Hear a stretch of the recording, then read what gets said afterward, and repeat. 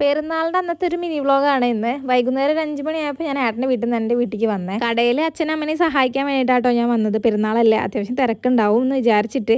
പക്ഷേ ഇപ്രാവശ്യത്തെ പെരുന്നാളിന് പാർക്കിൽ അങ്ങനെ തിരക്കുണ്ടായിരുന്നില്ല കേട്ടോ. അതുകൊണ്ട് തന്നെ പറയാമല്ലോ, ഞങ്ങൾക്ക് കച്ചവടം കുറവായിരുന്നു.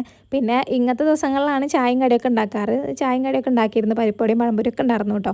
അതൊക്കെ ചിലവായി. പക്ഷേ ഞങ്ങൾ പ്രതീക്ഷിച്ചൊരു കച്ചവടം ഉണ്ടായിരുന്നില്ല. അപ്പം അമ്മ അത് ഷോകടിച്ച് നിൽക്കുക കേട്ടോ. ഐസ്ക്രീമൊന്നും ഇളകിയിട്ടില്ല. പിന്നെ ഞാൻ അന്ന് വീഡിയോ ഒന്നും എടുത്തില്ല കേട്ടോ. ഇത് പിറ്റേ ദിവസത്തെ വീഡിയോ കേട്ടോ, ഞായറാഴ്ചത്തെ. ഇന്നലെ കുറച്ചമ്മനോട് അമ്മ പറഞ്ഞിട്ടുണ്ടായിരുന്നേ തത്തനെ കൊണ്ട് എൻ്റെ പേരിലൊന്ന് ചീട്ടെടുപ്പിക്കാൻ വേണ്ടിയിട്ട്. അപ്പം അച്ഛമ്മ രാവിലെ വന്നാണ്. തത്തൻ്റെ മുഖത്തൊക്കെ നോക്കിയിട്ടാട്ടോ ചീട്ടെടുത്തത്. എനിക്ക് ഭയങ്കര ഒരു അതിശയമായിരുന്നേ. അപ്പം അതാ ചീട്ടെടുത്തു. എനിക്ക് സരസ്വതി ദേവിനായിട്ടോ കിട്ടിയത്. അപ്പം അച്ഛമ്മ അതിനെ കുറിച്ചിട്ടൊക്കെ പറഞ്ഞു തരാണേ.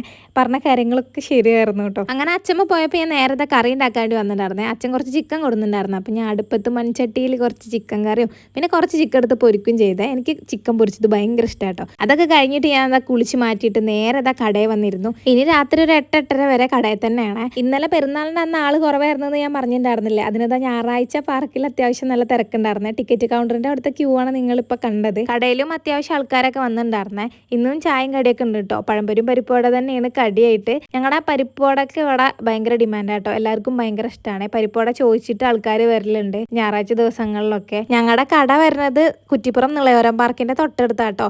ഈ വഴിക്ക് വരുന്നവരൊക്കെ ഞങ്ങളുടെ അടുത്ത് ചായയും കടിയൊക്കെ വാങ്ങിക്കണേ. ഞായറാഴ്ച മാത്രാട്ടോ ചായയും കടി ഉണ്ടാക്കാറ്. വൈകുന്നേരം ആയപ്പോൾ ഞങ്ങൾക്ക് അത്യാവശ്യം നല്ല തിരക്കുണ്ടായിരുന്നേ. അതുകൊണ്ട് എനിക്ക് വീഡിയോ ഒന്നും എടുക്കാൻ വേണ്ടി പറ്റിയിട്ടുണ്ടായിരുന്നില്ല കേട്ടോ. എൻ്റെ മെയിൻ ഡ്യൂട്ടി ചായ ക്ലാസ് കഴുകലായിരുന്നു കേട്ടോ. പിന്നെ തിരക്ക് വരുമ്പോൾ ഉപ്പിലിട്ട് എടുത്തു കൊടുക്കാൻ വേണ്ടി പോകും, ഐസ്ക്രീം എടുത്തു കൊടുക്കാൻ വേണ്ടി പോകും. അപ്പം ഞാൻ ബിസി ആയിരുന്നു ഗൈസ്.